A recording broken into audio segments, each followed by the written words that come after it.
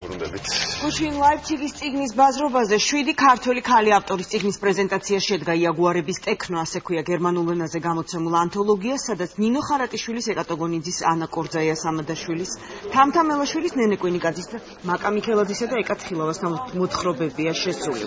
ლაიფციგის ბაზრობაზევე გაიმართა ზაზა ბურჭულაძის წიგნის გასაბერი ანგელოზის კითხვა. ლიტერატურულ კლუბ ტელეგრაფში კი გერმანელი მკითხველი ანა კორძაიას ამადაშვილის პროზას გაეცნო. დღეს ლაიფციგში დათო ტურაშვილის წიგნს წაიკითხავენ, იგეგმება მისი ნოველებზე დაფუძნებული ფილმის ბანდიტების ჩვენება და დისკუსიაც.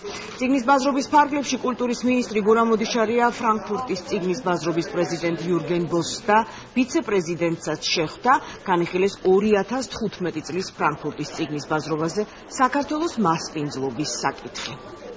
ვიცით რომ ჩვენ გვაქვს საქართველოს განაცხადი რომ ჩვენ ვიყოთ მასპინძელი ქვეყანა. და ეხლა მიდის მან საბჭო იკრიბება ამ დღეებში და გადაწყვეტენ იქნება თუ არა 2015 წელს ან შესაძლოა 2016 წელს. მან ბევრად მეტი იმედი გვაქვს. ჩვენ მზადავართ როგორც ერთი ისე მეორე შემოთავაზებისათვის. გაიმართა იაგუარების ტექნოს კითხვა, თავდაპირველად იყო თავად წიგნის ბაზრობის ფარგლებში, ანუ თვითონ შენობაში.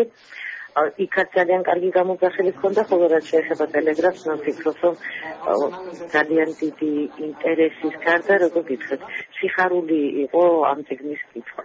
ამას ნამდვილად შეატყობს ყოველ ადამიანს, რომელიც იჯდა დარბაზში, იმიტომ რომ იყო დიდი აპლოდისმენტი, იყო მრავალი კითხვა და ყველაფრისა იყო ნამდვილად ეს დიდი კეთილმოსურნეობა.